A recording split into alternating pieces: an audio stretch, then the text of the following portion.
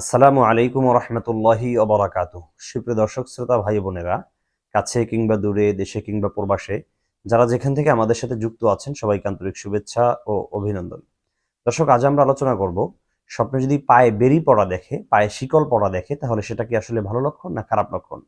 এটা কি স্বপ্নদ্রষ্টার জীবনে অনাবিল সুখ শান্তি বয়ে আনবে, নাকি অকল্যাণ আর অনিষ্টতা চেপে বসবে? বিষয়টি নিয়ে বিস্তারিত কথা বলবো আমরা সরাসরি হাদিস থেকে। তবে এর পূর্বে আপনাদের কাছে একটি নিবেদন থাকবে, আপনারা যদি আমাদের চ্যানেল কিংবা পেজে নতুন হয়ে থাকেন, অবশ্যই চ্যানেলটি সাবস্ক্রাইব করে পেজটি ফলো দিয়ে রাখবেন।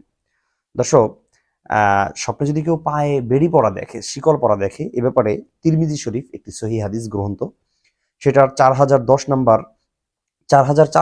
নম্বর হাদিসে এসেছে যে ওয়াকানা ইউজিবুহুম আল কয়দু ওয়া ইউকালু আল কয়দু সুবাতুন ফিদ্দিন।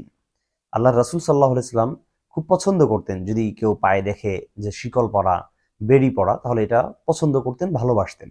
কেন? ওয়াইকালু আল কয়দু সুবাতুন ফিদ্দিন। যদি কারো পায়ে বেড়ি পড়া থাকে, শিকল পড়া থাকে, তাহলে সে দ্বীনের উপরে অটল অবিচল থাকতে পারবে, সে ইসলামের উপরে ইস্তেকামাত আলাদ দ্বীন এভাবে থাকতে পারবে, এমনটা বোঝা যাচ্ছে। তাহলে সেটা কিন্তু অত্যন্ত ভালো একটি দিক। তাহলে আমরা তিরমিজি শরীফের হাদিস থেকে জানতে পারলাম যে পায়ে বেড়ি পড়া, শিকল পরা, এটা দ্বীনের উপরে দৃঢ়ভাবে থাকতে পারা, প্রতিষ্ঠিত হওয়া, এটার আলামত, এটার লক্ষণ। তাহলে এটা কিন্তু খারাপ কিছু না। আমরা দেখে অনেক সময় মনে করতে পারি যে আমি হয়তো বা কয়েদি হয়ে যাব, আমি আসামি হয়ে যাব, যার ফলে আমার পায়ে বেড়ি পড়া।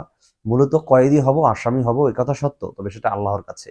আর আল্লাহর কাছে নিজেকে নতজানু করা, নিজের মাথাকে নিচু করা, আল্লাহর সামনে নিজেকে বন্দী হিসেবে রাখা, এগুলো অত্যন্ত ভালো। এগুলো ইসলামের জন্য, আমি ইসলামের বড় একজন সৈনিক, ইসলামের একজন খাদেম, হ্যাঁ, আল্লাহ তাআলা ইসলামের বিভিন্ন কাজ আমার মাধ্যমে নিবেন, এমন কিছু বোঝা যাচ্ছে। আমরা তো সকলেই চাই যে গোলাম হতে, বাট সেটা কোনো মানুষের না, অবশ্যই সেটা আল্লাহর গোলাম হতে চাই। তো দর্শক, পায়ে বেড়ি পড়া, শিকল পরা, এটা অত্যন্ত ভালো একটি স্বপ্ন।